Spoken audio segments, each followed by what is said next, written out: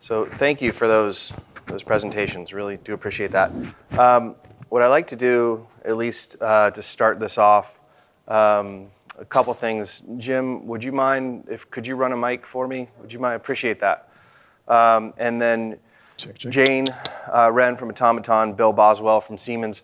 What I would like for maybe you to do is just talk a little bit about what you're doing in terms of how you engage with your client, just so you can describe a little bit more about what your role was relative to the solution provider side. So Jane, if you could start with that. Yeah, sure. So this one would work, right? No, that should just be for questions, and we'll take questions from the crowd as well. I just want to. I can do the questions too. Thanks, Mike, and thanks, Diana and Joseph, for the great presentation. So from Automaton, we've been working with Diana and her team at Vopak to fully implement this solution at the Savannah terminal from end to end. So that means we provide the hardware and software required. We work with the local team, operational team, to help them in instrumentation. We generate the reports, and our software provides the algorithm and optimization, as well as dashboard, all the way to being achieve and tracking the results of energy optimization. And it's been an extremely satisfying and fulfilling process in this, and a lot of thanks to the support from Dan and her team. Bill? Okay. Bill Boswell, is this one on? Can you hear me? No. Can we have the other microphone, please? Test? Okay, you can. Okay, so Bill Boswell from Siemens, and I run global marketing for MindSphere. But MindSphere is a cloud-based open IoT system that has a number of different aspects to it, from the connectivity layer up to platform as a service layer that allows you to customize and build applications on top of it. So we have a team that knows the automotive industry very well and works closely with Continental on projects, both using out-of-the-box capabilities initially, and then we're working with them to tailor particular applications into their environment. So it's been a real good partnership in getting started with this. I think the fact that we have Siemens equipment and experience with Continental in the plant as well makes us a little bit different in that we kind of live and breathe the actual plant side of this on the Siemens side, as well as with Continental in their shop. So it's great. Okay, so I want to make sure, do we have any questions first? There we go. We'll start in the back, and we'll get you next. Thanks.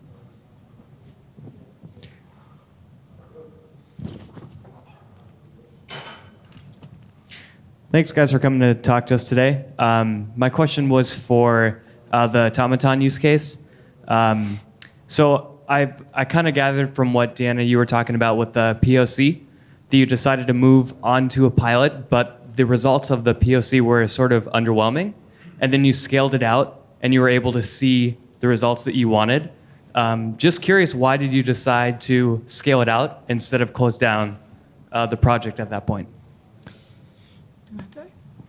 Well, we couldn't read or get the main savings or even do any type of planning, because it was only one area of the terminal. And keep in mind, we have trucks going all over the place. So not being able to really see, I mean, we saw really the big picture that it could save, but it was just not possible if we would only keep it as a POC in one small area.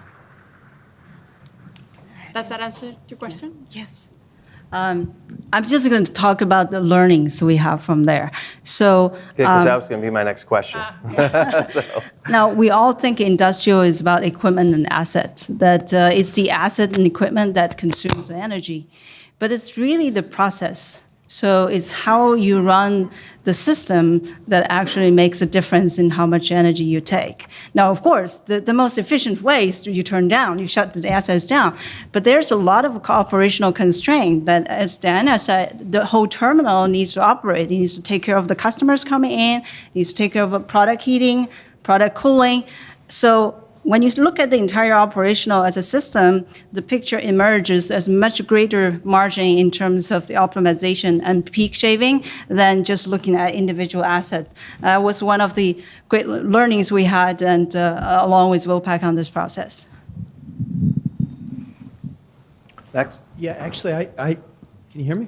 I have a follow-up on that, which is, I don't think I understand terminals well enough to understand how you optimize energy in relation to production. So you heat products, but you can't stop heating them. You cool products, but you can't stop cooling them, No. can you? You can? Yes, indeed. So just drill a little bit deeper into the different production things you can move Okay. around to save money. So we don't do production. We only storage the product, right? And depends on the viscosity of the product. In order for the product to be moved through a pipeline, you either need to heat it, or usually cooling down is not something we do that much. Most of the time, what we do is heating, because sometimes we have, like, the vegetable oil is really heavy, or this is a specific product that you need to heat it up in order to make it more viscous, and then it goes through the pipeline. So then you need to heat up the whole tank in order to get that product moving, because you have many trucks coming that day. If not, then you let it, you shut down, and then you let the product alone until you need to move it again. So you're optimizing when you heat it based on when the trucks come. Exactly, because we have a planning a week or the day before, and that's also was the main thing about this platform, that we were able to integrate with our core application, that we download, or it connects through the API to our schedule of services of the next 2 days. And then the planner can already say, okay, for the next 2 days, I don't need to heat the tanks because they will have no activity. In the past, we did not know. We just heat everything because they might come, or they might show up, or, at certain amount of time. Now we know when they're coming. At the end of the day, what happens is that we had 2 projects running at the same time. We were changing our core application where we could predict better the planning, but we also had automaton at the same time. So So did you have to tell the truck folks that you have to show up now? You can't show up. yeah, in a way, in terminals, and specifically in this one, we do have a slot booking. So they go to a website and they say, okay, I'm coming at this time this time. So then we can have the planning. And some other sites, like in Deer Park, we shut down. We tell them, if you don't tell us at 4 o'clock, we'll not accept you tomorrow. So the pipe, so just tell me, you heat the tank, you get the stuff in the pipe dumps it into a truck. Yeah, and bigger terms. How Oh, well, you're going a little bit on operational side. No, well, to be honest, I don't know, but it depends on how far it is from the tank. We have pipes that are really long. We even have pipes that go from our plant to the customer, so it can be miles. As we have one that is just going next to the station where you load it up. So all ranges, 2 miles. Yeah, I know it's a business that is not very well known. Yeah, absolutely. So a couple of things to add. I think Diana mentioned one thing about prediction. So she just had talked about, you actually have a lot of flexibility of where to run the product heating. And the valuable thing of prediction, this is me thinking in terms of the AI, what the software does, it actually looks a week ahead and try to predict the temperature of the product, temperature change of the product, and decided I have to heat by Thursday, but I could heat anytime between now and Thursday. But Wednesday, that customer project loading cannot be delayed. So that takes precedence, and I'm going to change my time. And this is a huge combinatorial problem. It's harder to have people figure out. It's easier when you get multiple sources of information together and let the algorithm figure out based on the optimization of energy. So it's amazing how much you could do and move around on your operations whenever you have that visibility into the future. So Jane, don't give up that microphone because I want to ask you again to just extend that a little bit. So what you just described is somewhat of a knowledge framework around decision-making processes, right? So how could you describe what that looks like in terms of the math does something, right? But the context supplies the framework through which the math can be accurate. Yeah. How do you work through that process? Yeah, so Diana and her team provide something really important to us, which is operational constraints. So this team is what says customer loading is priority, cannot delay. And that order schedule come from ERP, cannot change. Pipe heating has to be conditioned on product loading, could not shift. Product heating can move based on temperature. All these are the condition constraints. And the software takes these constraints and then using the optimization algorithm to find the best solution. So it's a combination of both, and let's come back to how it's not pure AI or machine learning, it's AI that's able to adapt to the domain knowledge of the actual operations given the business objective. So that's That doesn't sound like AI, though. That sounds like classic optimization. There's both. Classic optimization has the maximum goal seeking, for example, capabilities, but you also need to predict temperature trending based on multi-factors. So that's a learning algorithm that needs to refine over time. So it's a combination of different things as well as the domain knowledge. Oh, we got one in the back, and we'll get to you. Thanks. So this question's for Joseph. The Raspberry Pis, at what scale, like how many are you deploying? Can you tell us per site on average? I could just speak for Fountain Inn. We have 5 total. 5? So we're pretty much just putting them on the production lines, and it's a pretty cheap solution to put a 32-inch monitor, combine that with a Raspberry Pi. So so we haven't started scaling it out or up yet. When you start to scale it out or evaluate the scalability, what I would encourage you to look at how you plan to manage the devices, especially if you get into the hundreds, the thousands, the 10,000s from a global perspective. Yeah. Because a lot of those endpoints, especially Raspberry Pis, how you remotely manage those, so light touch for the folks at the site, I think is very important to consider when you start to articulate that scaling plan. Absolutely. Front. So the question is to Diana and Jane. So you mentioned you went from POC to pilot. How long did that take? How long did the implementation take? And then what is the payback period for the investment? Yeah. And the third question is, I assume the software just giving the recommendations for energy saving, right? Can you give us an example of how you accomplished the 25% reduction in the energy consumption? Well, 3 questions. From POC to pilot, the POC was very short. It took us about 3 months, Jane. And then when we figured out this is not going to work, it's not going to give us the results we really were expecting. So then it took us about, corporate, about 2 months to do business case, to present to global innovation, to fund us the money for the pilot. And then after that was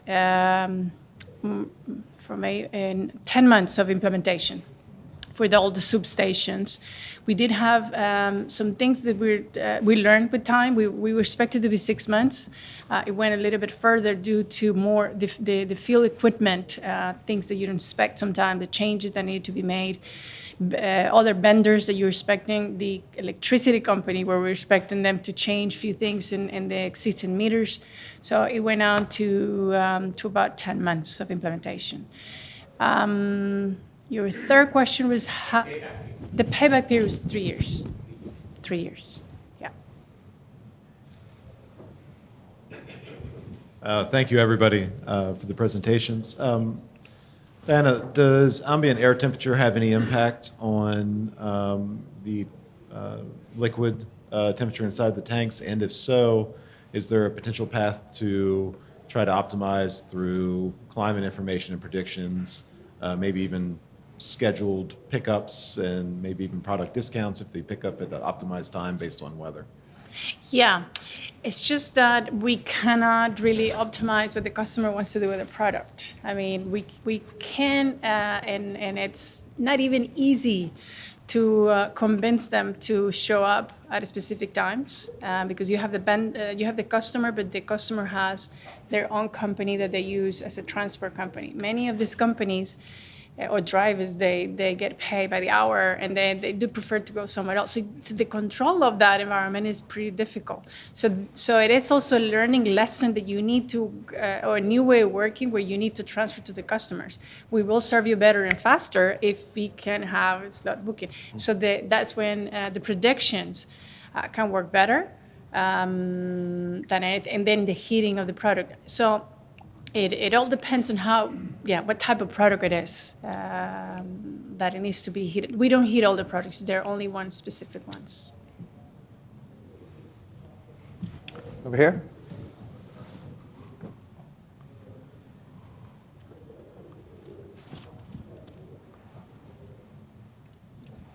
Thank you.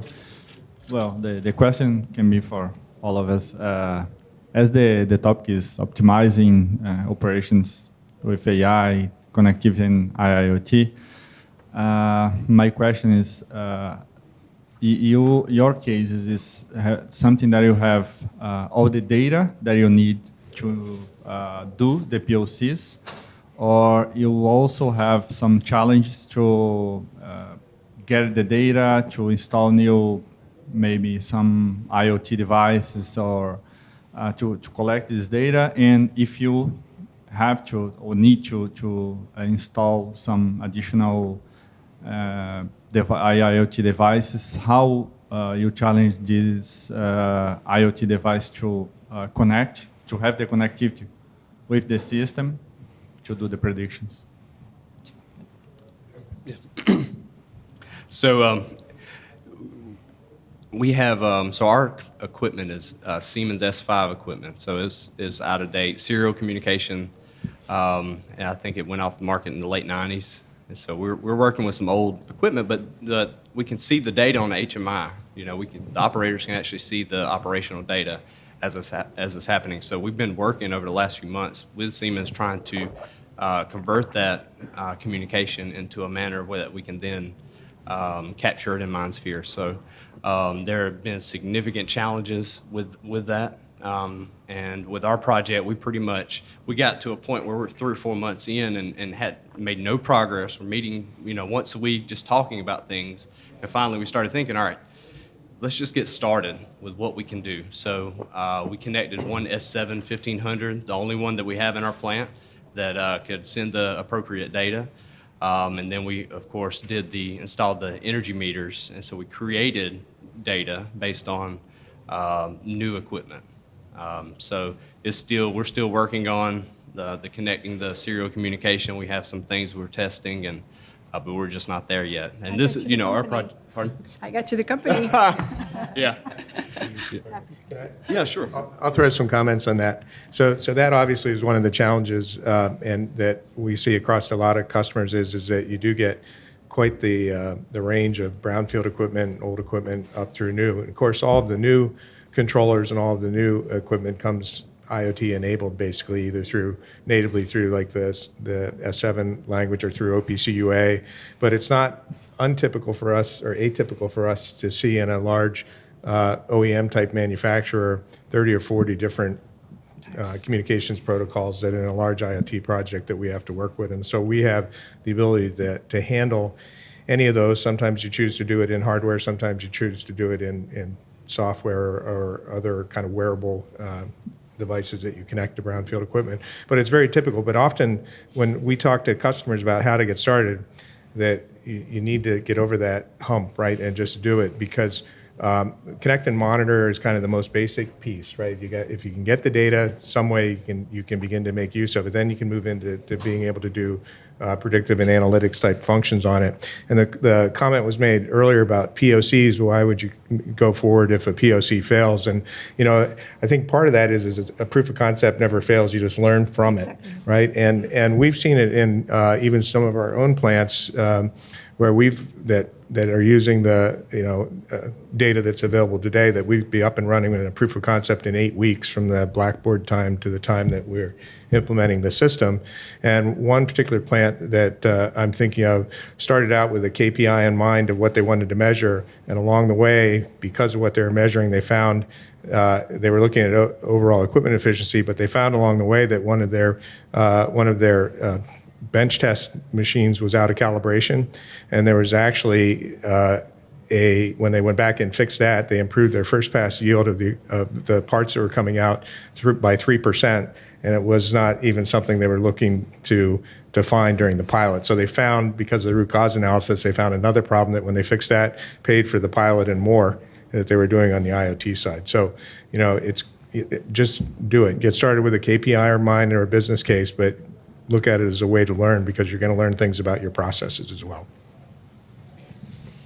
So I'm also going to add to this and connect back to what Mike was talking earlier about the OT edge. And this is a lot of power of edge computing. Mike said the role of the OT edge is to capture and convert the operational system coming from SCADA and control, and convert that into an information data that could be used by AI or even corporate. And that's very much related to that brownfield challenge.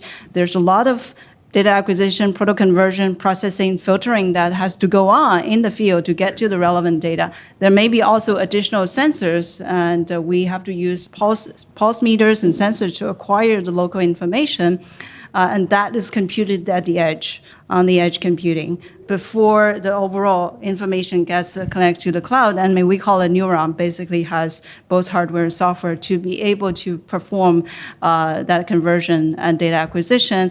It is actually heavy lifting. Once you get there, the algorithms are easier. Yeah, hi, thanks for those presentations. I was just reflecting on the session that we had this morning, and I thought this was a good example of what we were talking about this morning in terms of collaboration, because we can see how closely the teams from the different companies have been working together to make the whole solution. Based on that, could each of you just reflect to us what your thoughts on the data ownership was, any challenges that you had sort of during that engagement? And also, I guess this is a new way of working for your companies. How would the business model scale going forwards if you took that out to other plants in terms of subscription-based, or what kind of models do you explore? Don't give away any commercial secrets, but if you can share some of those challenges.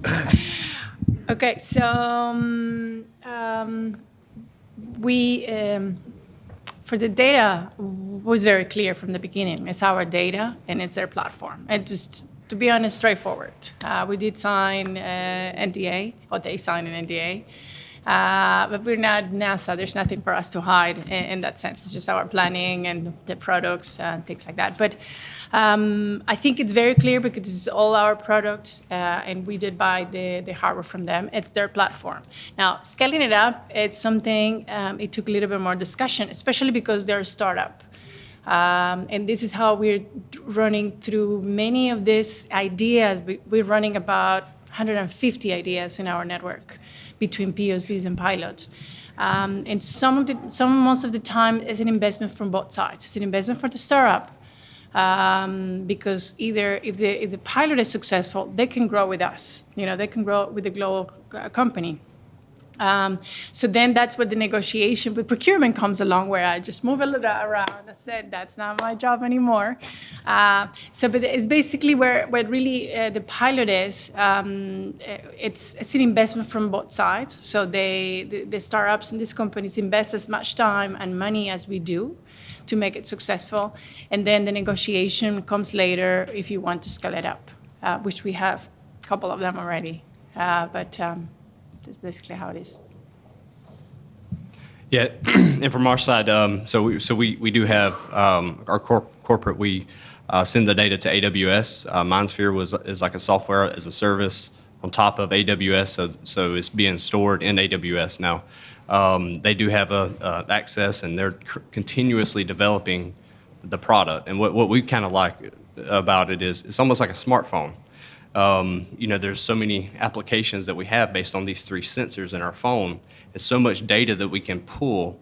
Imagine how much more data when we start connecting all these assets on the production, on the shop floor.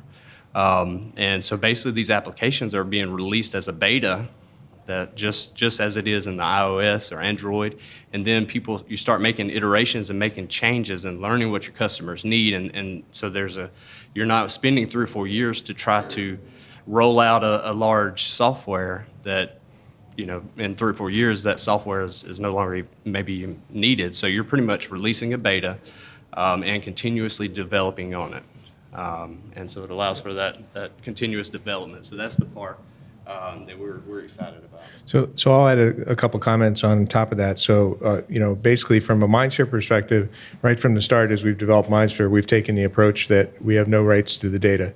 So while we're operating the AWS environment that MindSphere runs on that has Continental's data, for instance, in it, it's Continental's data. It's encrypted in flight, it's encrypted at rest, it's Continental's data. And through our agreement that we have with them, we have access that we need to maintain the system, but we have no rights to do anything else with their data, and that's true for every MindSphere customer as well. Now, we do have OEM customers and machine builders and things that are using MindSphere to develop a platform that they're offering back to their customers as well. And what kind of agreement that they have in place with their users of their machines is up to them. But the same holds true for Siemens. We have no rights to that data. We have no access to that data other than to maintain the system. So that's just been our approach from the start, not looking to aggregate data and look at trends across customers or anything. So it's been, and I think that's part of what comes from our heritage of being a manufacturing company as well, and being involved in, it gets pretty complex out there in 190 countries and all the individual regulations as well. So that's been our approach. It's certainly not. Sure. Go ahead.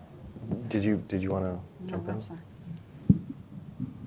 Just curious about the KPI that you guys chose to target on energy use. Would like to hear about how you just went about identifying that as a team and attacking that single KPI. And then also, what was your validation process throughout the pilot in order to see the results coming out of Automaton to make sure they were working towards your KPI? We didn't really have a KPI. We had a corporate mandate due to our sustainability footprint, which is decrease the electricity footprint that we do in all our terminals, which that ends, of course, reduction of cost. So that's basically where we start looking, how do we decrease, especially in terminals where the peak is so high in our operations, is mainly during that peak. So yeah, it was not really a specific KPI. So then afterwards, when we met at Automaton and they show us their product, we said, okay, this is perfect for one of our targets that we had, our mandate from corporate. So if your software has the intelligence to optimize it, it must have the intelligence to measure it. So this type of data acquisition is built into the software itself to track what's the result, including the peak energy at any time, including the total energy use, including divided by substation, by asset, by each activity, most granular level, are tracked. And then it feeds into the overall objective or demand of being able to reduce the energy footprint. So any additional questions? Okay. Yeah, back corner.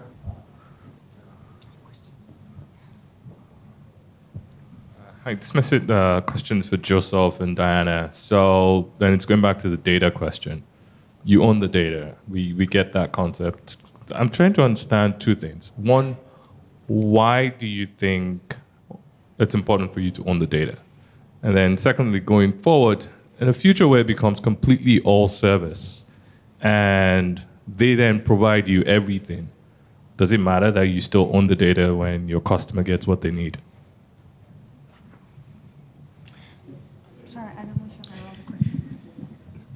So just to confirm, you're asking, why it matters now that they own the data? I mean, really, the industry is moving towards an open platform, open source. I mean, we've got companies that's posting data sets onto Kaggle and having competitions. They're putting their data out there, crime data, and other types of data sets for data scientists and the engineers to actually dive in and create models. So basically, I think that in the future, it's not going to matter as much, but right now, I guess we have to ensure that we protect our customers' data.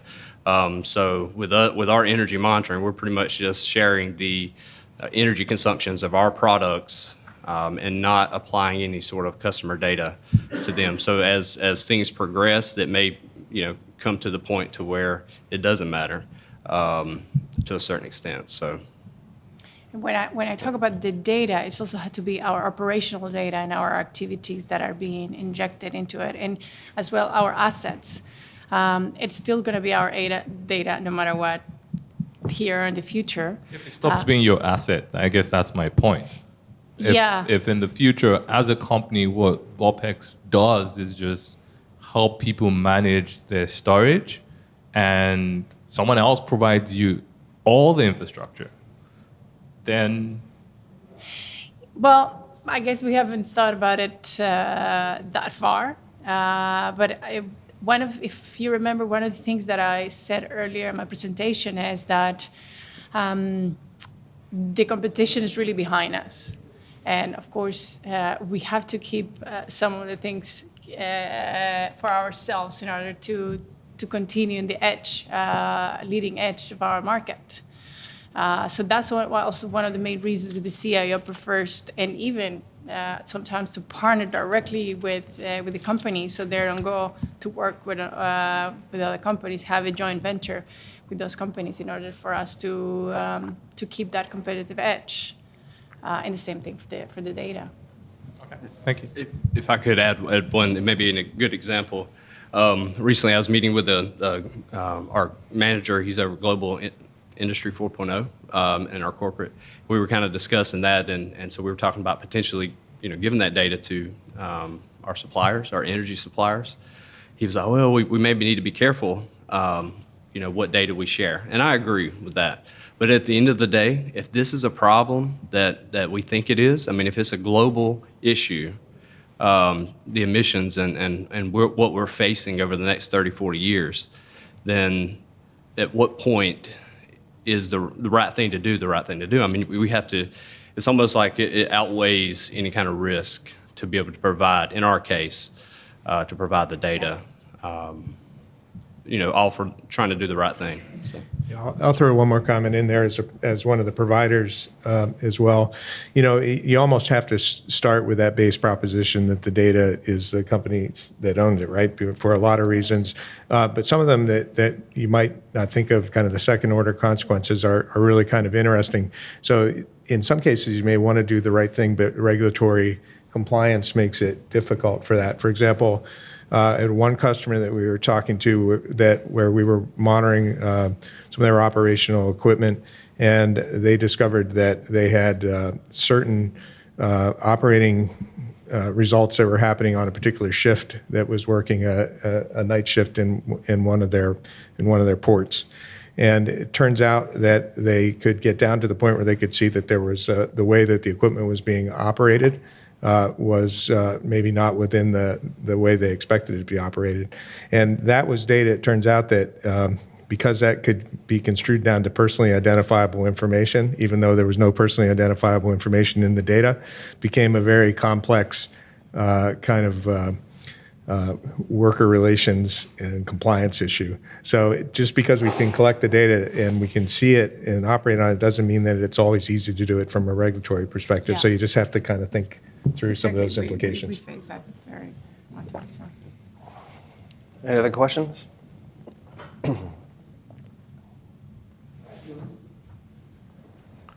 No? Okay. So if one pops up, feel free to raise your hand. We'll get you the microphone. So I want to ask Joseph and Diana a question. So each of you, you did at the beginning of your presentation, you did at the end, you outlined sort of a defining strategy around what you're trying to achieve, and then you got into an instance of how you're executing that.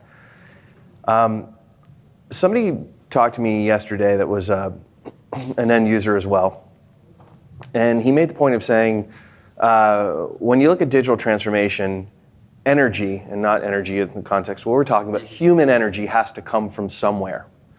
So can you talk about how you developed a strategy and how you gained some of that human energy in terms of saying, we're going to do this because it's the right thing. We've got to do this because we see this. How does that come about? You know, you can mandate it from the executives only to a point, because you have so many people that are just doing their daily job, you know, day in, day out, and you're asking them to do something really quite different. How do you work through that process as an organization? And what kind of missteps did you see occur along the way? How did you recognize them and then correct them? So we definitely, people, when I first started, they called me crazy, you know, especially after throwing out Raspberry Pis. I mean, and the Raspberry Pi is not that significant. You don't have to use a Raspberry Pi per se. It's just to show that where technology is heading, that things can be produced with such capabilities at such low cost. When I mentioned Raspberry Pis to our team, they had no idea what they were. The maintenance manager actually, we showed up and our controls technician had a box of raspberries and a thing of pie.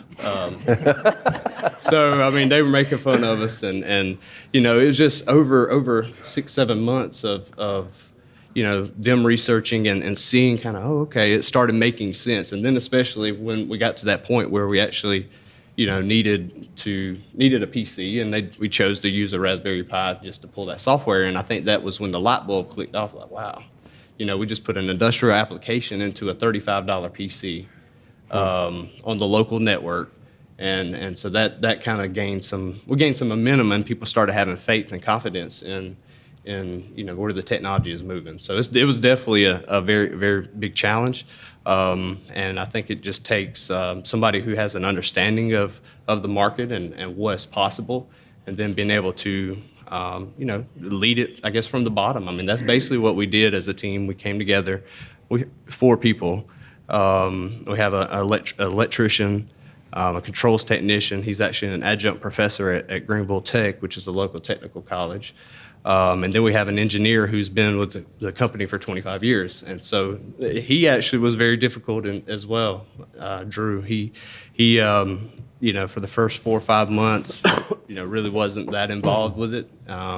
But as things started happening, his eyes were open to the possibilities. Like, oh, wow, they're onto something here. And especially when we see the application, it's amazing, you know, just looking at, you know, what's possible and how much additional value is going to be able to be added that we didn't even think about. You know, when we talk about the accounting, what can the accountants do with it? What can project management do with it, trying to determine an ROI on a particular, you know, equipment? So if we put in, let's say, our air compressors, you know, companies come in and say, all right, well, this would be your ROI over the next 3 years. This is your payback period. And they have some data, you know, but is it true? Is it real? Now, you know, being able to measure that data real time, and we'll be able to know. So. Well, for us, it was a bit different. It really came from leadership, which I think it was a great push, where we created a brand new department called Innovation. And they were people from the business that really had the drive, but knew the business, and we brought very young millennials, you know, with a lot of new ideas. So you put them together with some money and said, you know, you're free to, this is your full-time job now, have fun. So, and I think it was a leap of faith, I would go say, from the executive board to say, we're gonna give you some money that you can spend. But then we started doing a lot of POCs and pilots everywhere, more or less, and then it just became too big until we kind of regrouped and we said, okay, we better just manage maybe 3 big lighthouses where we concentrate on the main processes where we would like to work. So each lighthouse will concentrate in different. So one of them will be for maintenance, and one for the rail operations, one for the truck operation, one for the marine. So then we distribute it mainly in the main drivers, as I explained earlier. And then you have really the drive, because communication was very important. We created a lot of videos when a POC happened, and then just show it to everyone, hey, we're doing this. And everybody's like, oh, I want it, and I also want it. So it was just creating momentum in the whole company, and having that department set aside with basically no boundaries. That really helped to listen to companies like Automaton. Because I mean, we're 400 years old, so very, very, very formal. And, making a decision takes a long time. And for us, it was a big step just to say, yeah, we trust the startup. This is going to work or not. But it just was really a leap of faith that we took. It's funny. So every single successful story I've heard around digital transformation entails some type of communication of success. Like, that is absolutely critical. It's the human element of, we got to get that success back out there so people realize they can succeed. Exactly. That was really crucial to it. So, a lot of people say, what lessons learned? What are the biggest mistakes you made along the way? What happened where you're just like, Taking too many things at one time, because of course everybody wants to do a lot of things, because now suddenly they're listening and things are happening. So with Automaton specifically, having to get the terminal focused on that scope, because then they wanted more and more and more. Like, well, this is the scope that we have, and this is the money was approved, and bringing every time the team. I mean. And IT is very specific. This is the amount you have, and that's how you cannot spend anymore. And so it's one of the lessons is just always keeping the scope, because with innovation, you tend to want more and more in the analytics, and I want this, and I want now this report, and now you want, no. Let's finish this, let's make it a success, and then we can see what's next. So Sure. I think that's one of the biggest things we learned. okay. Yeah, and I would actually agree with that. We had the same thing. Going back to that S5, I just had envisioned that it would be pretty easy to pull that data in, and so we're spending the time, but we're really failing to launch. We're just not getting off the ground and what's going to create true value. I mean, so was it a problem we're solving? Looking back, it might not have been, but actually, doing our energy monitoring and putting a few sensors on the line would pretty much give us the same data that we were trying to capture. And just as a personal story, that kind of ties into the previous question, but it was almost where we recognized what we were doing wrong. My 10-year-old, he's big into YouTube, applications, and so our next generations coming up, they're going to be entrenched with these applications, and they're going to hit the workforce next 7-8 years, and it's going to be an entirely different workforce. He actually said, "Daddy, let's have a competition. We're going to make let's see who can build an application for mommy's accounting business." You're going to lose. Yes, absolutely. I lost. I mean, I'm thinking about it for days. What platform do I need to use? And while I'm thinking about it, the kid goes out and does it, and he releases it. I mean, it's a minimal viable product. He had her name, her photo, and I'm like, son, So that just led me to believe, wow. Is he going to make you pay for the next version upgrade? Yeah, exactly. Yeah, so let's get started. We're going to make mistakes. Let's not be afraid to fail, because we did fail. We have failed, and that's okay. I mean, we learn from it. And so, yeah. Great. Hi, I'm Crick Waters, Senior Vice President for Customer Success at Falconry, predictive operations software company. My question is for Diana and Joe. You mentioned funding for R&D projects or innovation projects. We see this all over the globe, but we also see a gap between the innovation funding and operational funding transition. How are you guys managing that transition from an innovation budget to an operational budget? So for the innovation is very straightforward, but there is a governance that we need to go through in order to get some fundings. And even the fundings, because it's a global company, we don't get 100% funded. We get funded basically for the software that can be escalated globally. So any hardware still needs to be on the local capex, but we are authorized for that now. When we move out and it becomes a success, it's more out of ad hoc requirements. So the terminal on the budget cycle will say, I would like to have that. So they have to put it in their operational budget in order to do the implementation on the following year. Or if it is really a big business case, they will give okay to have an extra approval budget for that specific. In our particular case, we didn't have our R&D budget, so we had a certain amount that was allocated to us to achieve that goal of energy monitoring at the level.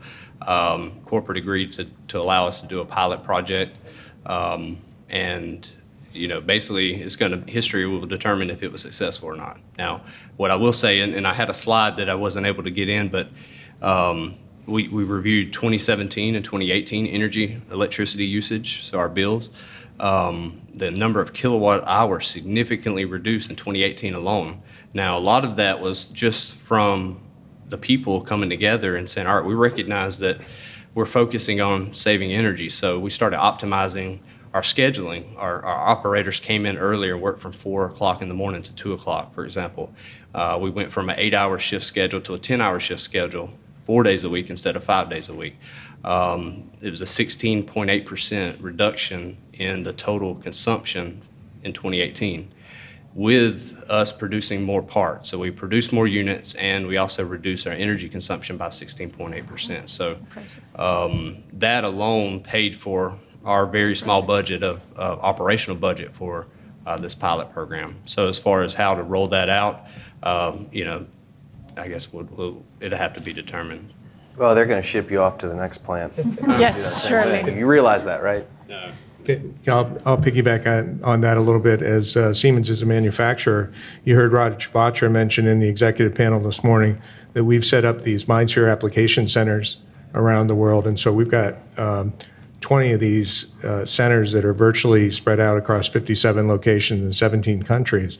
And the company did that with some seed funding to establish these centers to do innovative application development, both internally for our Siemens businesses, on top of MindSphere and our digital enterprise, other solutions, as well as working on co-creation of ideas with customers. So we've invested in these centers and people to have the freedom to do a little bit of the innovation development. We also run these internal to our company, these MindSphere challenges. We've actually done them helping customers to host them as well at things like Hanover Fair.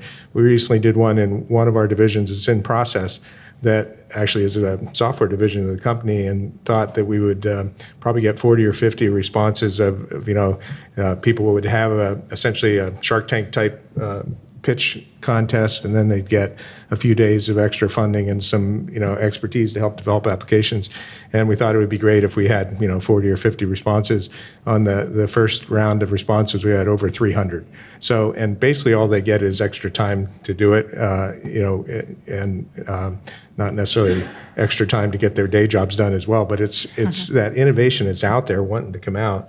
And so if you have a platform that allows them to do that, it'll come out. So I'd say that the secret sauce maybe is a combination of some budget set aside for some people who do it as their day jobs, and then don't underestimate the innovation that's sitting there in the people who are doing the day-to-day job, and give them a chance to contribute to it as well. Yeah. Okay, so we just probably have about a minute left. So Diana and Joseph could ask you to close this. If you could each take maybe 30 seconds or so and just explain what's next and why after you've gained these successes. What's been the thought process? I think for Vopak in general, we are really going through a digital transformation in both areas, like first doing our foundation. We're changing basically every system that we are using as a legacy. No problem. No problem, yeah, and at the same time, And I think in terms of innovation, we want to focus on these lighthouses, as I explained earlier, in order to continue with more more pilots. But I think we're getting to the point where pilots are really getting to finish, and I think out of the 100, maybe 50 or 25, I don't know. I'm not part of global innovation, but I'm thinking that they will continue to be part of our catalog, so the terminals can choose whatever Productizing them, exactly, yep. so they can choose whatever they want to do for the next few years, and we will continue. And of course, some of the other things is really partner. I know we're a tank storage company, but we really would like to switch a little bit into more technology. So most probably even partner joint ventures with technology companies. Okay, thank you. Joseph? Yeah, so I guess our next steps are, now that we have the data flowing for energy, we're going to establish those forecasts. And I'll give you a good example. Harvard in 2017, they published a web app tool using it's a Gaussian machine learning model. And in that study, they were looking at a university, and with two variables, so you have time and weather, they were 50% accurate. But when they added the third variable, lighting, and so that meant that when somebody was occupying the building, then they assumed that when the lighting was on, they measured the consumption. So the difference between that, when they added that additional variable, the rate went up from 50% to 75%. And then when they added their HVAC system data, it went up to 95%. For a machine learning model, that's pretty good when you start wanting to apply that into like a production environment. So that's what I'm excited about, is taking those next steps, and starting to see what are the best machine learning models that is applicable for energy at our local facility, and then involving our energy supplier. So our energy, and we have met a couple times, and potentially getting them involved to see if it would help them. If it does, great. If it doesn't, then we've tried. But on the same end, we're still justifying our project by showing that we've already reduced costs, and we can only go up from here. So, and then on the application development side, there's other product offerings that corporate could get involved with as far as developing applications on top of what we have. So, and then being able to assist our customers with solving some of their same challenges. So, Great. So Jane, Diana, Bill, Joseph, thank you so much for this great discussion. Thank you everybody for joining us and spending time today. Thanks. all right. Thank you.